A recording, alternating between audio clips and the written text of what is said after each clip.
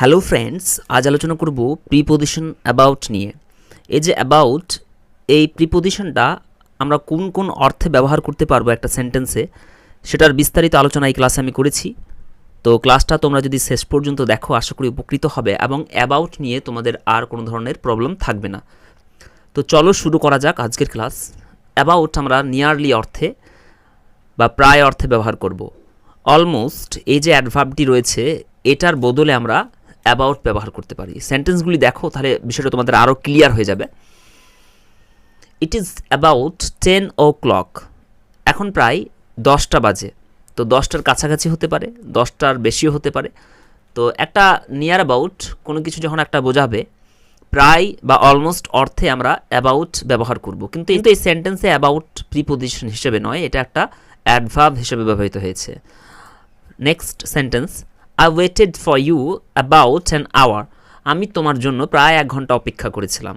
অর্থাৎ প্রায় 1 ঘন্টা, 1 ঘন্টার বেশিও হতে পারে, 1 ঘন্টা কমও হতে পারে। অর্থাৎ কাছাকাছি, 1 ঘন্টার কাছাকাছি, এরকম অলমোস্ট অর্থে আমরা অ্যাবাউট ব্যবহার করব। আর একটা সেন্টেন্স দেখো, she has about 5 pens in her bag.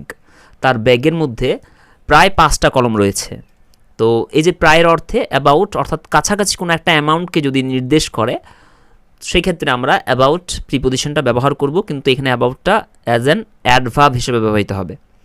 আরেকটা সেন্টেন্স দেখো, about 2% of people were injured. প্রায় 20% লোক আহত হয়েছিল। অর্থাৎ প্রায় এর অর্থে আমরা অ্যাবাউট ব্যবহার করেছি।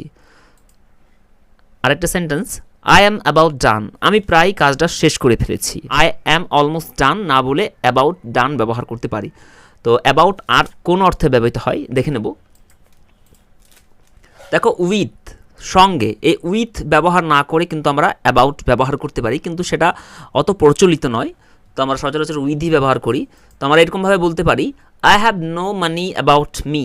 এটা বলা যায়, কিন্তু যেটার বেশি প্রচলন রয়েছে সেটা হচ্ছে I have no money with me. তো আমরা অ্যাবাউট যদি ব্যবহার করি, তাও কিন্তু সেন্টেন্সটা কারেক্ট হয়ে যাবে। অর্থাৎ কোনো সেন্টেন্সে যদি অ্যাবাউট মি থাকে, তার মানে আমাদের বুঝতে হবে যে সঙ্গে কোনো কিছু থাকাকে বোঝাচ্ছে বা সঙ্গে এরকম অর্থে ব্যবহৃত হচ্ছে। অ্যাবাউট মানে সেক্ষেত্রে কিন্তু সঙ্গে ব্যবহৃত হবে। I have no money about me, আমার কাছে বা আমার সঙ্গে কোনো টাকা নেই।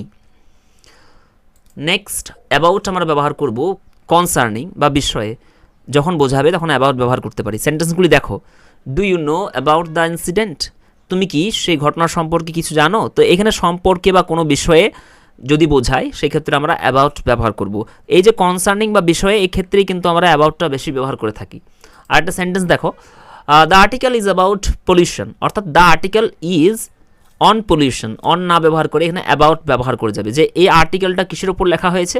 পলিউশনের ওপর লেখা হয়েছে, দূষণের ওপর লেখা হয়েছে। এক্ষেত্রে আমরা অনের পরিবর্তে অ্যাবাউট ব্যবহার করতে পারি।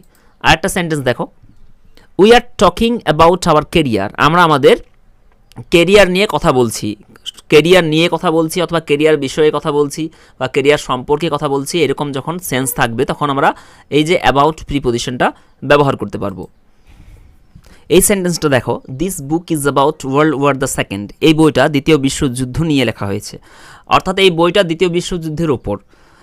অথবা আমরা এখানে অন ব্যবহার করতে পারি, this book is on world war the second. এই অনের পরিবর্তে আমরা অ্যাবাউট ব্যবহার করতে পারি। এখানে অ্যাবাউটের সেন্সটা হচ্ছে বিষয়ে বা সম্পর্কে বা ওপরে। এই বইটা দ্বিতীয় বিশ্বযুদ্ধের ওপরে, এই বইটা দ্বিতীয় বিশ্বযুদ্ধকে নিয়ে, এই বইটা দ্বিতীয় বিশ্বযুদ্ধের সম্পর্কে লেখা হয়েছে। এরকম সেন্স আমরা অ্যাবাউট ব্যবহার করব। সম্পর্কে বা বিষয়ে যখন এরকম বোঝাবে, তখন আমরা অ্যাবাউট প্রিপোজিশনটা ব্যবহার করব। নেক্সট আমরা জানবো যে অ্যাবাউট আমরা ব্যবহার করব রাউন্ড, অ্যারাউন্ড, এটা অ্যারাউন্ড হবে, সরি। তো অ্যারাউন্ড, কাছে পিঠে যখন এরকম সেন্স আসবে, তখন কিন্তু আমরা অ্যাবাউট ব্যবহার করব। কাছে পিঠে বা কোনো কিছুকে ঘিরে যখন বোঝাবে, তখন কিন্তু অ্যাবাউট ব্যবহার করতে পারবো। দেখো, be aware of pickpockets about the railway ticket counter. রেলওয়ের টিকিট কাউন্টারের কাছে পিঠে আমাদের কি করতে হবে? সতর্ক থাকতে হবে, কারণ সেখানে অনেক পিক পকেটস, অনেক পকেট মার থাকে। তো এখানে অ্যাবাউট মানে কাছে পিঠে বা ঘিরে, রেলওয়ের টিকিট কাউন্টারকে ঘিরে আমাদের একটা সতর্কতা রাখতে হবে, কারণ সেখানে অনেক পিক পকেটস থাকে, অনেক পকেট মার থাকে। তো এখানে ঘিরে বা কাছে পিঠে এরূপ যখন সেন্স বোঝাবে, এরূপ অর্থ যখন বোঝাবে, তখন কিন্তু আমরা অ্যাবাউট ব্যবহার করবো। আর একটা সেন্টেন্স দেখো, the kids are running about the playground. ছোটো ছোটো ছেলেরা প্লেগ্রাউন্ডের খেলার মাঠের চারিপাশে কি করছিল? তারা ঘুরে বেড়াচ্ছিল, তারা ছোটাছুটি করছিল। তো কাছে পিঠে বা কোনো কিছুকে ঘিরে যখন কোনো একটা কাজ হবে তখন সেক্ষেত্রে আমরা কাছে পিঠে বা ঘিরেকে বোঝানোর জন্য অ্যাবাউট এই প্রিপোজিশনটা ব্যবহার করতে পারবো। তো আশা করি তোমরা বুঝতে পেরেছো যে অ্যারাউন্ড কাছে পিঠে বা কোনো কিছুকে ঘিরে বোঝালে আমরা অ্যাবাউট প্রিপোজিশনের ব্যবহার করব। নেক্সট অ্যাবাউটের যে ব্যবহার সেটা হচ্ছে ভেরি ক্লোজ টু ডু। কোনো কিছু করতে যদি কেউ উদ্যত হয় কিছুক্ষণ পরে সেটা সে করে দেবে বা করব এরকম ভাব, এক্ষেত্রে আমরা অ্যাবাউট দিয়ে কিন্তু সেই সেন্সটা প্রকাশ করব। সেন্টেন্সগুলি দেখো তাহলে বুঝতে পারবে আরও সহজ করে। He is about to go abroad.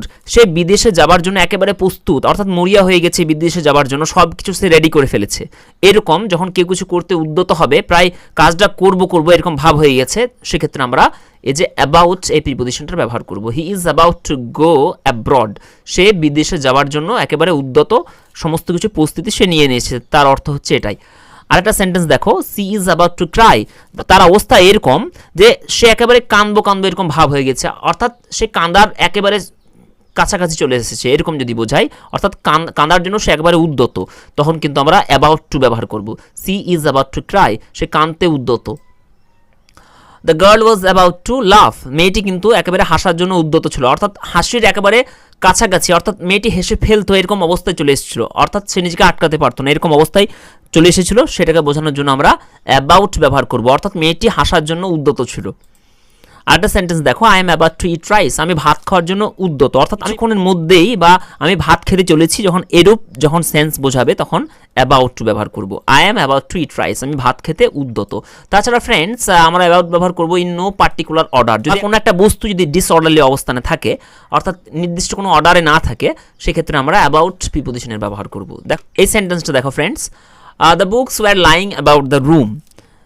রুমের মধ্যে, ঘরের মধ্যে বইগুলি কীরকমভাবে ছিল, এখানে দেখো লাইং মানে পড়ে থাকা, কীরকম পড়েছিল, লাইং অ্যাবাউট, অর্থাৎ বিক্ষিপ্তভাবে পড়েছিল, কোনো অর্ডারলিভাবে সেগুলিকে রাখা ছিল না, অর্থাৎ সেগুলি ছড়ানো ছিটানো অবস্থায় ছিল, কোনো অর্ডারলি অবস্থানে ছিল না। তো এক্ষেত্রে আমরা কি করব, অ্যাবাউট ব্যবহার করব, lying about. The books were lying about the room, বইগুলি রুমের মধ্যে, ঘরের মধ্যে বিক্ষিপ্ত অবস্থায় ছিল। তো ফ্রেন্ডস আশা করি তোমাদেরকে বোঝাতে পেরেছি যে অ্যাবাউট এই প্রিপোজিশন কী কী অর্থে ব্যবহৃত হয়, এবং ক্লাসটা যদি না বুঝতে পেরেছো আরেকবার তোমরা প্লে করে দেখতে পারো, আর যদি তাও না বুঝতে পারো তাহলে অবশ্যই কমেন্ট সেকশনে আমাকে কমেন্ট করতে ভুলবে না। আর ভিডিওটা এতক্ষণ পর্যন্ত ধৈর্য সহকারে দেখার জন্য অসংখ্য ধন্যবাদ। Thank you for watching the video.